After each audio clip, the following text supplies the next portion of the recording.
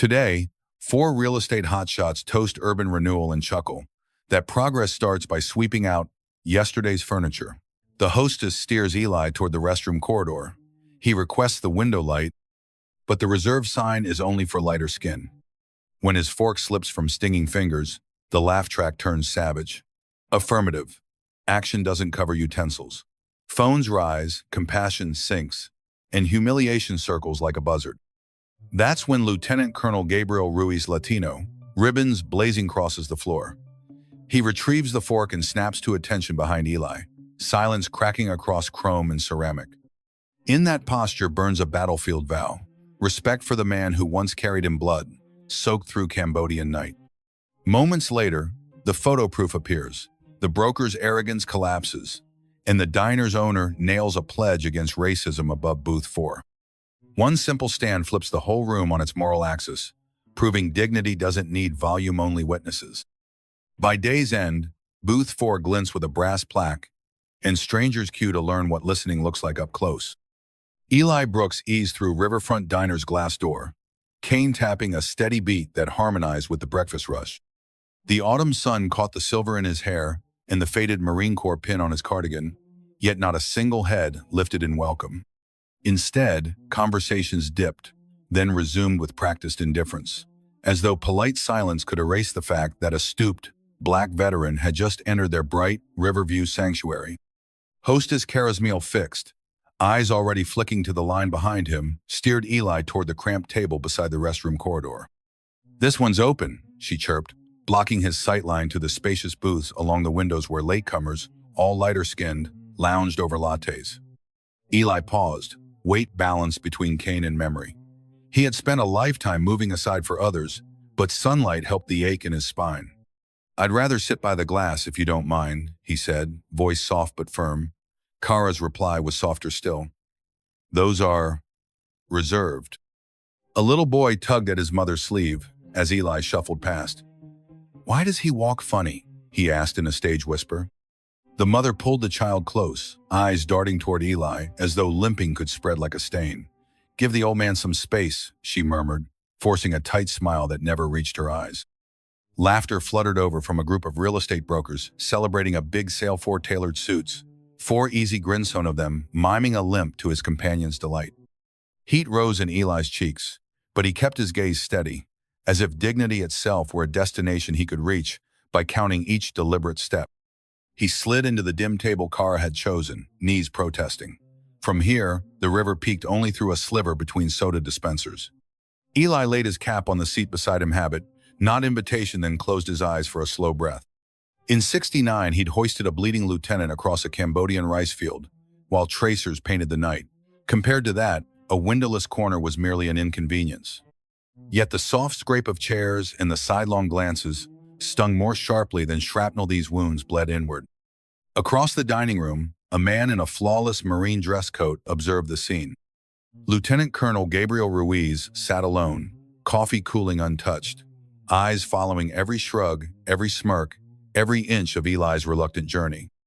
His posture was relaxed, almost casual, but something in the set of his jaw suggested a decision forming below the stillness.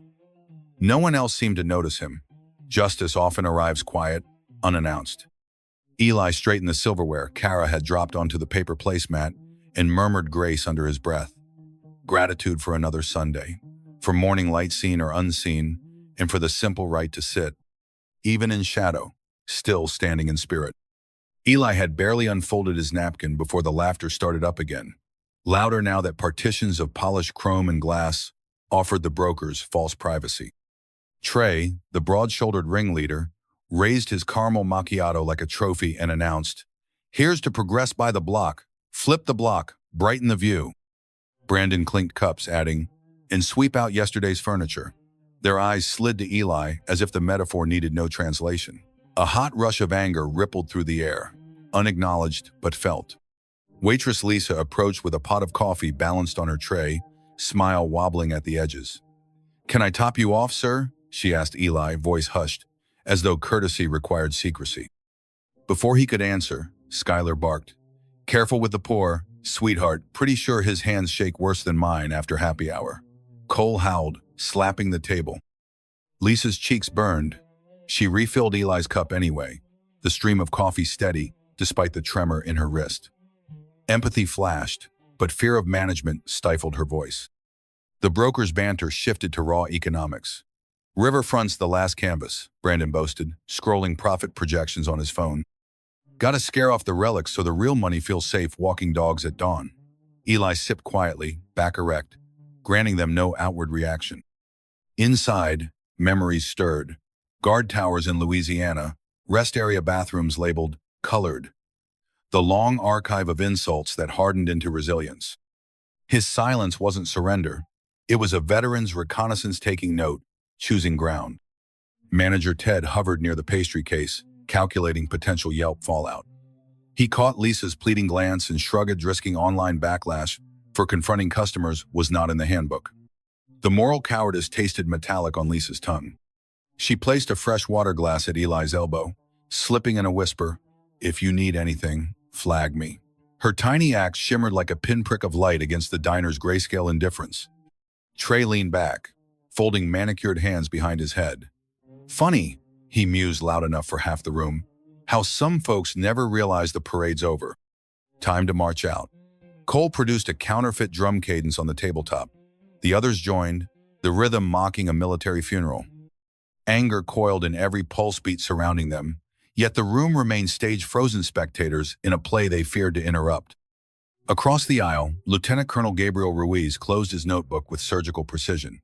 His dark eyes flicked from the brokers to Eli and back, mapping disrespect like coordinates on a battlefield. He drank exactly one swallow of lukewarm coffee, then set the cup down with deliberate carriers, though marking the moment an unseen line had been crossed. The brokers never noticed the subtle shift, but the diner's air thickened, charged, setting the stage for consequences none of them had priced into their redevelopment spreadsheets. Because sometimes the quietest corner houses the lightning that will change the entire sky for good. The diner's ordinary clang of utensils blurred into a single metallic gasp when Eli's fork slipped from stiff fingers and clattered onto the checkerboard tiles. Heads turned instinctively, then jerked away as if eye contact might trap them in obligation. For one suspended heartbeat, the room held its breath, listening to the fork spin, an audible reminder that gravity treats dignity and shame exactly the same as things that can crash without warning. Trey filled the silence with poison. "Guess affirmative action discounts don't cover silverware," he drawled, stretching each syllable so the insult could stroll across every table.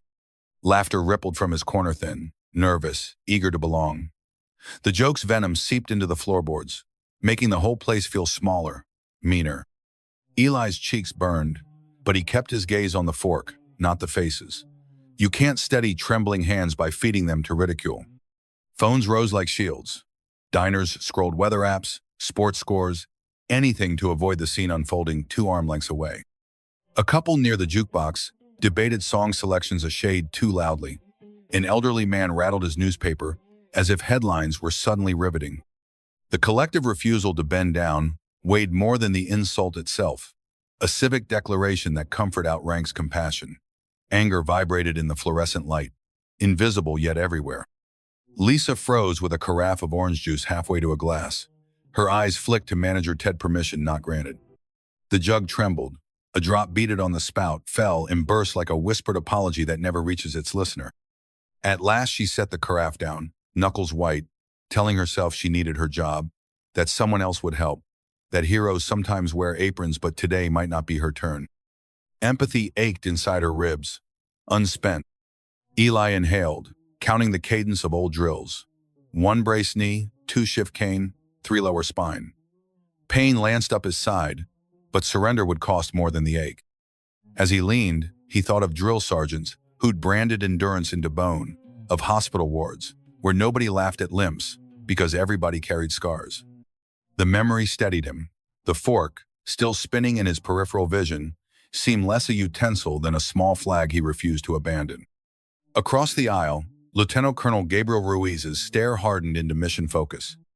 Each slur, each averted gaze, etched coordinates on a map only he could see.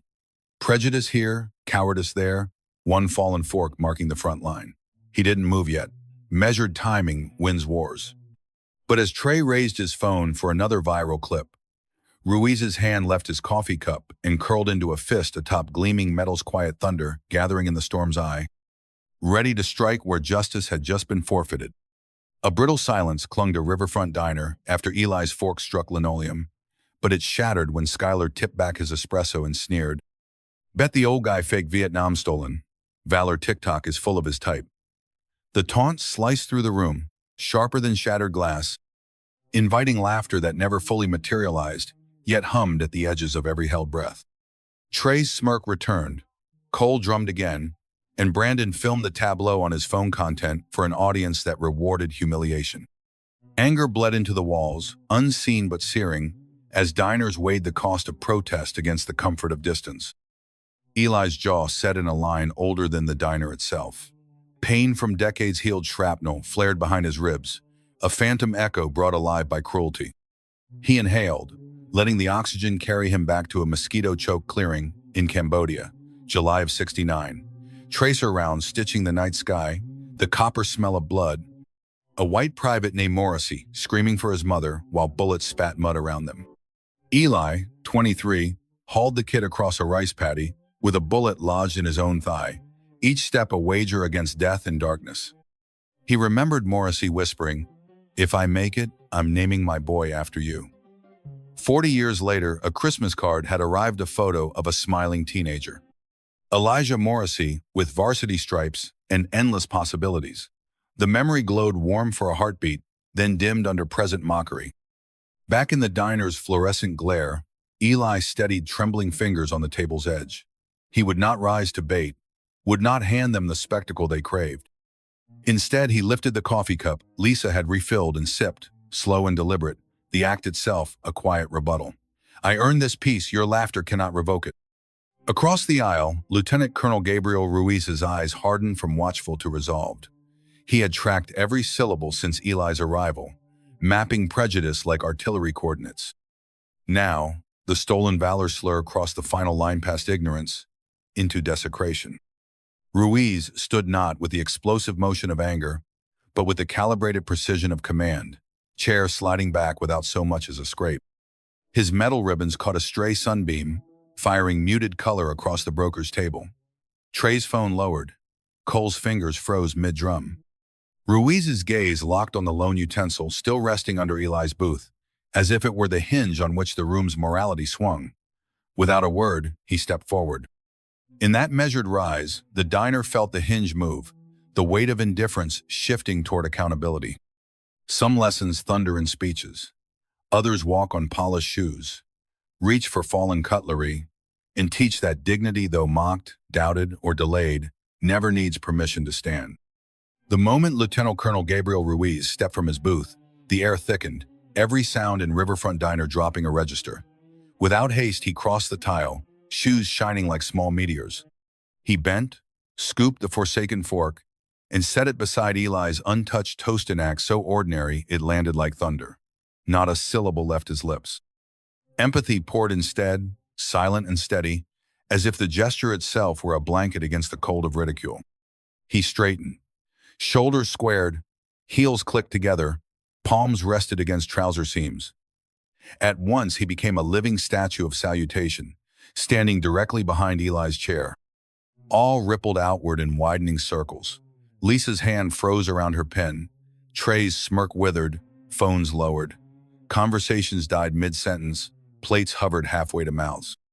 The hush was total, the kind only funerals or revelations command. Eli sensed the shift before he fully turned. In the window's reflection, he caught Ruiz's profile. Chin lifted, eyes fixed forward, metals catching stray beams of morning sunlight. A brotherhood older than them both crystallized in that reflected gaze, two Marines stitched across decades in skin tones, facing down the same enemy dressed today in casual brunch attire. Empathy tightened Eli's throat. Gratitude found no purchase in words, so he offered a slow nod, the battlefield's equivalent of thank you. Around them, embarrassment flushed cheeks once ruddied by bravado. Brandon pushed his untouched mimosa aside. Cole tucked his phone into a pocket as though it had burned him. No lecture arrived, no reprimand uncoiled. Instead, the colonel's rigid spine delivered a lesson louder than any outburst. Respect is rendered by posture, not volume. The broker's laughter had taken 3 minutes to fill the diner. Ruiz's silence erased it in 10 seconds. Manager Ted shuffled out from behind the pastry case, speech primed. But the weight of the moment pinned him mute. His managerial flowcharts had no arrow for what to do when dignity materialized and demanded witness. He simply watched as customer sewn by one straightened in their seats, mirroring the colonel's uncompromising line. An elderly woman dabbed her eyes with a napkin. A teenage busser stopped mid-sweep, broom bristles hovering an inch above tiled floor.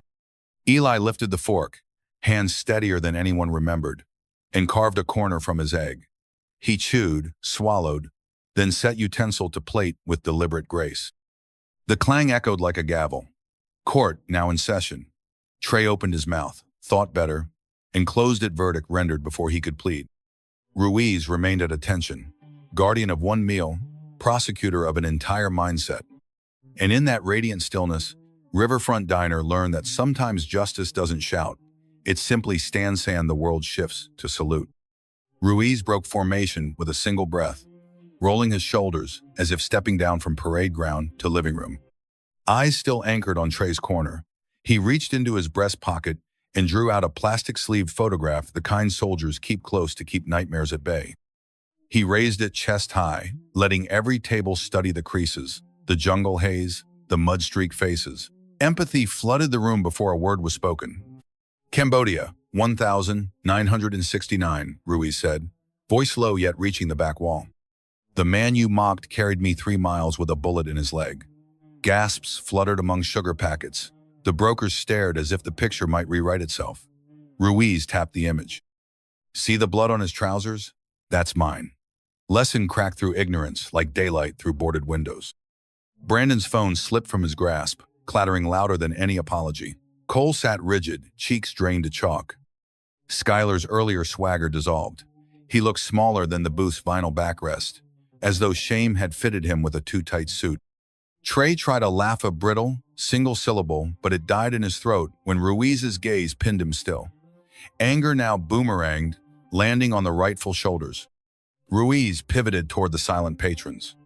Every Sunday, Sergeant Brooks limps in here paying full price for dignity you give away free to men who haven't earned it. Heads bowed, not from reproach alone, but from the sudden mirror held to their complicity. Empathy deepened, rooted in collective responsibility. At that instant, Raj Patel emerged from behind the counter, wiping flour from his palms onto an apron dusted like snowfall. The owner's usually gentle eyes flashed steel. Lieutenant Colonel, he said, tone formal, thank you for context. He turned to Eli, voice softening. Sergeant Brooks, this diner runs on community. Today we redefine who this community serves. Raj lifted the photograph with both hands. May I hang this here, above booth 4? Lesson made tangible history stapled to the wall so no one could repaint it. Eli glanced from the picture to Raj, then to Ruiz. Pride glimmered behind tired eyes. He gave the smallest nod, granting permission that felt like a blessing. Raj signaled Lisa, who fetched a hammer as if it were a sacred ritual. Together they mounted the photo in the beam of morning light Eli had long sought but seldom received. Empathy turned physical an altar built from truth. Raj wasn't finished. He placed a laminated notice beside the cash register. Riverfront Diner stands against racism and honors veterans of every creed. Disrespect forfeits service. Manager Ted, cheeks crimson, signed beneath the pledge. Patrons lined up to add signatures, first Lisa, then the teenager with the broom, then the elderly newspaper reader. Lesson spread, handwritten in ink and intention. The brokers watched the tide they'd stirred wash back over them. Trey fumbled for his wallet. Raj raised a hand. Your money's good elsewhere. Settle up and leave. The 4 men stood, reputations suddenly heavier than their tailor jackets. Without a smart remark, they walked out past the photograph, past the pledge, past a room that finally saw what it had dared to ignore. Anger softened into accountability. Empathy lingered, anchored by the truth framed on the wall. Trey's leather loafers scuffed the tile as he stopped at the register, the diner's new pledge glinting beside the tip jar. Raj slid a slip across the counter, no itemized bill, just a single line. Respect is the price of admission. Anger in the room had cooled from a boil to a simmer, but humiliation flushed Trey's face deep crimson. Brandon hovered behind him, silent, clutching his card like a passport suddenly invalid. Anger softens into uneasy self-reflection. Raj added 2 trifold brochures to the Slip Black Veterans Housing Fund, Meals for Elder Warriors. Since brunch money was burning a hole in your pocket, he said, voice calm, spend it where it buys back the humanity you misplaced. The broker stiffened. Schuyler opened his mouth, but the owner's level gaze pinned him shut. Lesson delivered. Wealth is worthless without wisdom. Eli watched from booth 4, posture straight, eyes unblinking. Listen before you label, he repeated, tone even as gravel. Courage isn't color-coded. The sentence hung in the air, half reprimand, half invitation. Trey faced him, throat tight. Sergeant Brooks, he began, words snagging on pride. He swallowed. My father served in Desert Storm. He'd be ashamed of what I said. The confession trembled, raw, unvarnished. Empathy breathes, fragile yet present. Eli's gaze softened a shade.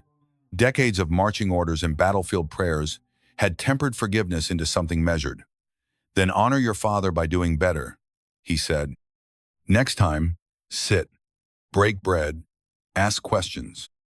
You'll learn more from listening than laughing. His voice held no malice, only the gravelly cadence of a man too old for pettiness, too principled for hate. Lesson. Redemption begins at the table. Ruiz approached with Eli's untouched check and set it, face down, on the lacquered wood. Meals squared away, Sergeant, he said, then stepped back precisely 2 paces. Rather than help Eli stand, he brought his right hand up in a crisp salute respect without stripping autonomy. Eli returned the gesture with a nod, pride glinting in his eyes. Empathy manifests in disciplined courtesy. Lisa, now wearing an interlocked hands pin on her apron, refilled Eli's water. On the house, she whispered, more confident than before. She turned to the brokers, handing them 4 paper cups. Coffee for the road, she said, black no sugar. Let it remind you the world isn't sweet for everyone. The irony landed. The men accepted the cups, fingers singed by their own discomfort. Anger replaced by humble acknowledgement. As they left, Trey paused beneath a framed photograph of Eli in jungle fatigues. He raised the brochure in a silent vow, then slipped it into his jacket. Outside, brisk autumn wind cut through tailored wool, carrying away the last traces of smug laughter. Inside, conversation rose again louder, warmer. Diners leaned toward one another, sharing stories of grandparents who'd marched, fought, endured. The clatter of dishes sounded different now, not distraction, but chorus. Booth 4 glowed beneath the morning sun, a small sanctuary where humility had finally found a seat. Riverfront Diner woke early on Martin Luther King Jr. Day, its plate glass windows fogged by kettles of hot cocoa and anticipation. A new brass plaque gleamed above Booth 4, Sergeant Elijah Brooks, still standing. Sunlight bounced off its edges, scattering gold flecks across chrome napkin dispensers. Diners paused to read, voices hushed, the metal carrying more authority than any sermon. Empathy filled the room, reverence replaced routine. Raj positioned a wooden sandwich board at the entrance, All Journeys Welcome its letters, hand-painted by the teenage busser who once hid behind a broom. Lisa clipped interlocked hands enamel pins onto every apron, her spine straighter with each one. The pins caught the morning light like tiny promises. Lesson vibrated in every gesture. Inclusivity must be visible, not assumed. At 9 sharp, Eli pushed through the door, cane tapping a familiar cadence. The hostess escorted him not to the restroom corner, but along a path cleared by respectful nods. He settled into booth 4, riverlight warming his shoulders. Instead of menus, tables held donation envelopes for the Black Veterans Housing Fund. No one reached for phones. Eyes and hearts stayed present. Empathy deepened, communal rather than pitying. The bell above the door chimed again. Trey, Brandon, Schuyler, and Cole stepped in Cedino-tailored suits today, only plain volunteer tees that read, Service First. Anxiety flickered across the diner, but Trey exhaled and approached Eli's booth with a stainless steel urn. Free coffee for anyone who served, he announced, voice steady. He filled Eli's cup, then met his gaze. Thank you for letting us come back. Anger had nowhere left to lodge. Accountability stood in its place. Eli studied the young meanies clearer. Laughter, humbled and nodded once. Remember, he said, service isn't a day job. It's a habit. Trey placed a framed recipe card on the table. Mrs. Brooks's pecan pie, circa 1,975, copied from Eli's late wife's notes, procured with Lisa's help. "We're adding this to the menu," he said softly. Moisture rimmed Eli's eyes. Grief and gratitude intertwined. Empathy fused past and present, loss and legacy. Lieutenant Colonel Ruiz entered in civilian clothes, carrying 2 grocery bags. He unpacked them on the counter. Bags of flour, sugar, pecan supplies for the inaugural pie bake. He offered Trey an apron.